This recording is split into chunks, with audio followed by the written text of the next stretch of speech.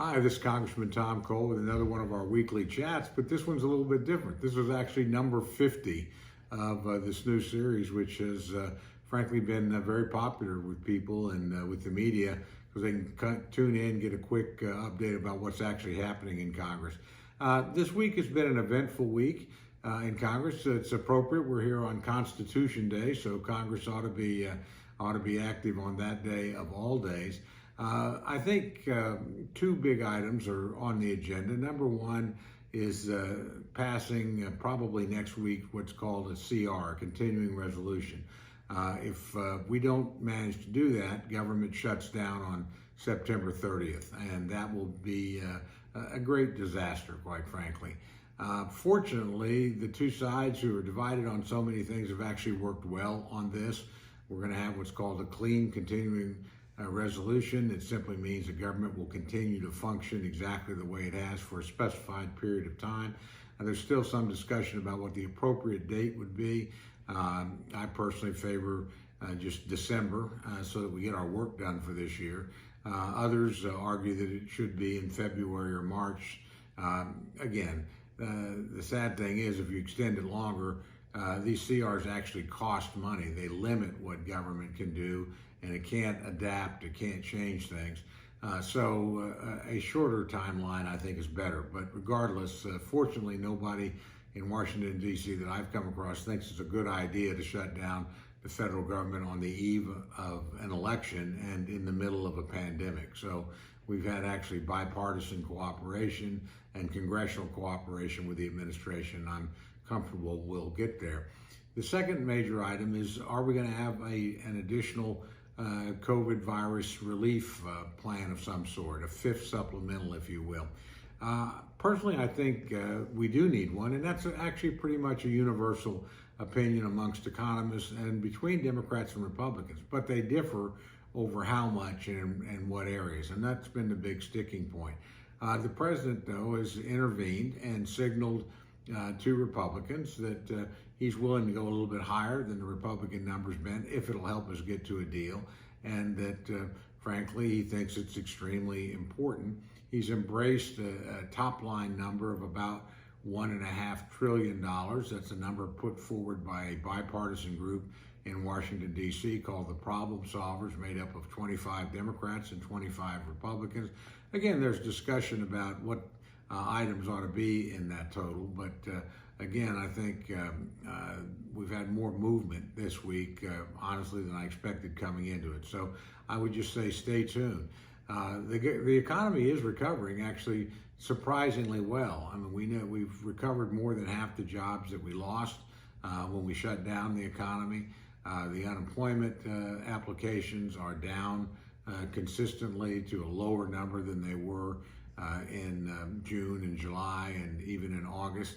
So that's all good news. But again, additional help, particularly for people that are unemployed through no fault of their own, I think is an appropriate thing to do, and I'm hopeful we will actually be able to achieve that. In addition to that, there's a lot of other year-end things. We need to reauthorize the transportation bill so that we continue highway construction. We need to frankly look at modifying some of the earlier COVID-19 legislation so that we give state and local and tribal governments both more flexibility and frankly more time to appropriately deploy the resources that the federal government has placed at their disposal. Let me end on a little bit of an upbeat note. You're probably hearing a lot of discussion about whether or not we'll get a vaccine. Is it being rushed for some political purpose so that it would be deployed before the election?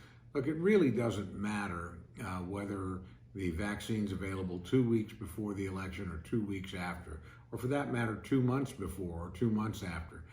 We should just sit back and remember this is the fastest any vaccine has been developed in human history. The United States has devoted more resources to achieving this goal than every other country in the world combined. It's going to benefit our people when folks are dying at the rate of 20 to 25,000 a month, and when we're having trillions of dollars worth of economic dislocation. It's important that we get that vaccine available to the American people as rapidly as possible. Now, please don't think as the vaccine begins to become available, and I'm confident that it will before the end of this year, that you're going to be able to throw away your mask, you're going to be able to not worry about social distancing, and you won't have to wash your hands so many times a day. All those things still need to be done. But the vaccine will speed up our recovery enormously. And just so you understand the order of magnitude, we'll have a vaccine in probably less than a year, certainly less than 18 months after the appearance of the virus. In all of human history, no vaccine's been developed in less than 4 years for any kind of major disease. So this is a monumental achievement.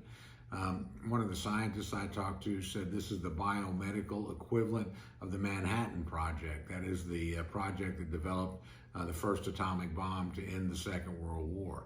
Unprecedented deployment of and focus of federal resources, unprecedented removal of barriers and regulatory impediments to actually achieving the goal.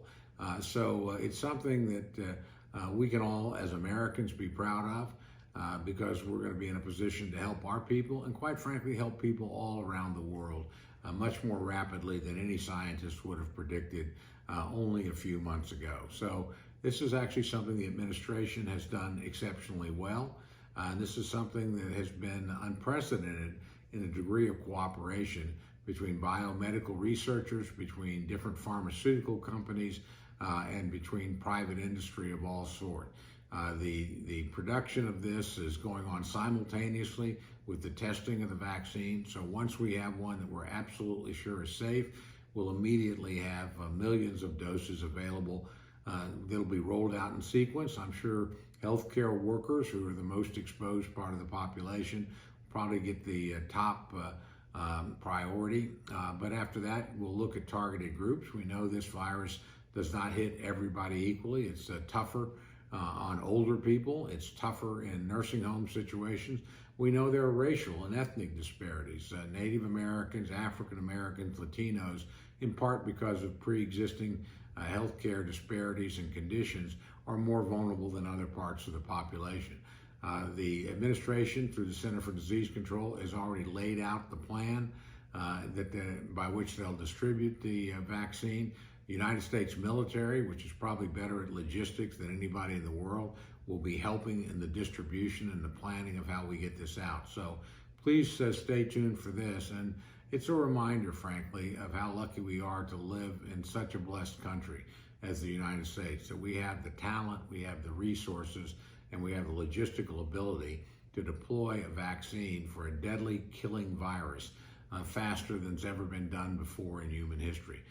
So anybody that tells you that America has somehow lost its edge and doesn't know how to get things done, believe me, you can point to this as an example of how creative, how tenacious, how ingenious the American people are, and the ability of this country to produce vital, life-saving vaccines is unparalleled in human history and unrivaled by any other country in the world. So on that happy note, I'm going to sign off for today. But again, please be careful. We're still living in the middle of a pandemic. It's going to be with us for months to come. So listen to your healthcare professionals, follow their instructions, continue to use those masks, continue to socially distance, continue to frequently wash your hands. But help is on the way, and this is going to be in the rearview mirror faster than any virus in human history. And that's something that, regardless of our political points of view, regardless of our personal circumstances, we can all take pride in and all be thankful for.